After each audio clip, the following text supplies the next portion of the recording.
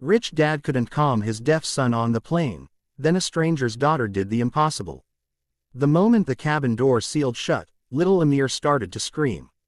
Not the usual toddler tantrum cry, this was something deeper, rawer, a sound that came from a place words could never reach. His small hands flew to his ears, then away, then back again, fingers clawing at nothing as the engines began their long, rising whine. To Amir, the world had just turned into a roaring, vibrating monster with no off switch. His father, Daniel Harper, 38, private equity partner, former rugby prop who still looked like he could bench press a conference table, felt every decibel like a personal failure. He had done everything right. Noise-canceling headphones, the best money could buy, weighted blanket, custom-ordered from Sweden, chewable necklace shaped like a shark, Amir's favorite, visual schedule laminated and clipped to the seat back pocket, iPad loaded with every ASL story video YouTube had to offer. He'd even paid for the extra seat beside them so Amir could have space to rock and flap without bothering anyone. None of it mattered now. The plane pushed back from the gate at O'Hare, taxied for what felt like 40 minutes, and every second the vibration under the floor grew stronger. Amir's screams sharpened into something almost inhuman. Passengers were already turning, first with sympathy, then with the tight-lipped look that said, someone should do something. Daniel tried every technique the specialists had taught him over the last 4 years. He signed, "It's okay," so many times his wrists ached. He pressed Amir's hands against his own chest so the boy could feel the slow, deliberate heartbeat he'd used to soothe him since infancy. He rocked him, sang the same 3-word lullaby in a cracked baritone, even though he knew Amir couldn't hear the melody, only the chest rumble. Nothing worked. Amir's face was scarlet, tears and snot mixing into a shining mask. His body arched like a bowstring pulled too tight. Daniel felt the familiar burn behind his eyes, the one he hated most because it meant he was losing control in public again. Across the aisle, in 17C, sat Maya Delgado, 17, traveling alone to spend 2 weeks with her aunt in London before senior year started. She wore ripped black jeans, a faded Paramore hoodie, and one wireless earbud dangling loose. Her tray table was down, covered in half-finished pencil sketches of cyberpunk cities. She had been watching the father-son struggle since boarding. Not staring, just noticing. The way the man kept apologizing with his shoulders even when no one could see. The way the boy's screams weren't angry, they were terrified. The way the father's jaw clenched harder with every new pair of eyes that flicked toward them. Maya's little sister, Sophia, had been profoundly deaf since birth. Maya had learned baby ASL before she learned to spell her own name. She still signed full conversations with Sophia every night over FaceTime, even when the 11-year-old pretended to be too cool for it now. So when the father finally dropped his head into his hands, a gesture so defeated it hurt to watch, Maya made a decision. She unbuckled, stood, and walked the 3 steps across the aisle. Daniel didn't notice her at first. He only registered the movement when a pair of worn black Converse appeared in his field of vision. He looked up. A teenage girl with dark braids and a calm expression that seemed older than her years was crouching beside his son's seat. She didn't speak. She simply lifted both hands, fingers loose and open, and signed slowly, clearly.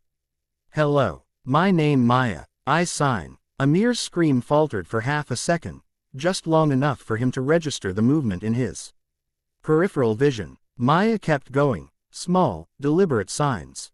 "I know loud hurts. Plane shakes a lot. Scary, right?" Amir's breathing hitched. He stared at her hands like they were the first familiar thing he'd seen in hours.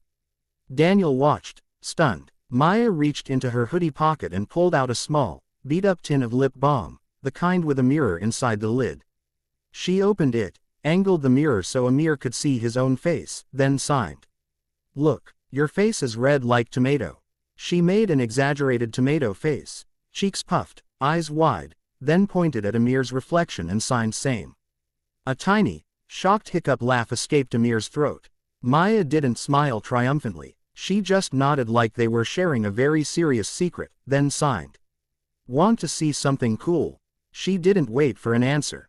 She took the shark chew necklace from around Amir's neck, held it up to the overhead light so the plastic caught the beam, then slowly moved it back and forth, creating a tiny, dancing green flash on the seat in front of him. Amir's eyes locked on the light.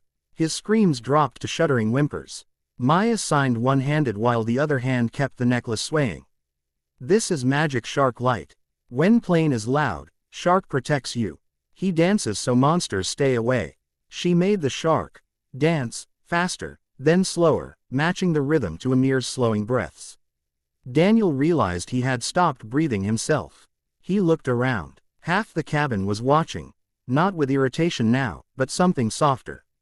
A woman in 18A had tears in her eyes. The businessman who'd been side-eyeing them for 20 minutes was filming quietly on his phone, but his expression wasn't annoyed, it was reverent. Maya didn't seem to notice the audience. She signed again, very gently. "Can I sit with you a little?" Amir nodded. A small, exhausted jerk of the head. Maya slid into the empty seat beside him, buckled in, and spent the next 47 minutes doing nothing dramatic. She didn't try to stop the noise. She didn't force comfort. She just existed beside him in the same language. She signed stories about silly things. A cat who stole a police car, a cloud that wanted to be an astronaut, a dancing shark who was afraid of planes too but pretended he wasn't. Every few minutes she would pause, tap Amir's knee lightly so he'd look, then blow an exaggerated raspberry against her own forearm, making the vibration travel through the seat. Amir copied her. Then he did it again. Then he laughed. A real, bubbling, hiccupy laugh. When the plane finally leveled off at cruising altitude and the seatbelt sign dinged off, Amir's head was resting against Maya's shoulder. His breathing had evened out. The shark necklace was clutched in one fist, the other hand loosely held two of Maya's fingers. Daniel stared at them for a long time. He wanted to say thank you. He wanted to say he was sorry for disturbing the flight. He wanted to say he'd never seen anyone reach Amir so quickly, so completely. But his throat was too thick. Instead he signed. Clumsy, rusty from lack of daily practice, but sincere. "Thank you. You saved him." Maya looked up, surprised, then smiled, the first real, wide smile she'd given since boarding. "I didn't save him," she signed back. "He just needed someone who spoke the same quiet." She looked down at Amir, who was now tracing the embroidered logo on her hoodie with one finger, completely calm. "He's safe now," she added. "And he knows it." Daniel swallowed hard. For the first time in 4 years, he let himself believe it might actually be true. The rest of the flight passed in near silence, the good kind. Maya stayed beside Amir until the captain announced descent into Heathrow. When the plane touched down, Amir startled awake, looked around, saw Maya still there, and immediately signed one word. Again. Maya laughed. A soft, bright sound, and signed back. "Next time you visit London, you call me. We'll go see real sharks." She pulled a napkin from the seat pocket, wrote her phone number in Sharpie, and tucked it into Daniel's breast pocket. Then she stood, squeezed Amir's shoulder once, and walked back to her own seat without fanfare. Daniel watched her go. He looked at his son. Cheeks still flushed but peaceful now, eyes bright, fingers still playing with the shark pendant. Outside the window, clouds parted and London appeared below them like a promise. Daniel leaned over, kissed the top of Amir's head, and whispered the 3 words he always said even though he knew they couldn't be heard. "I love you." This time, for some reason, it felt like the plane carried the words all the way to the ground.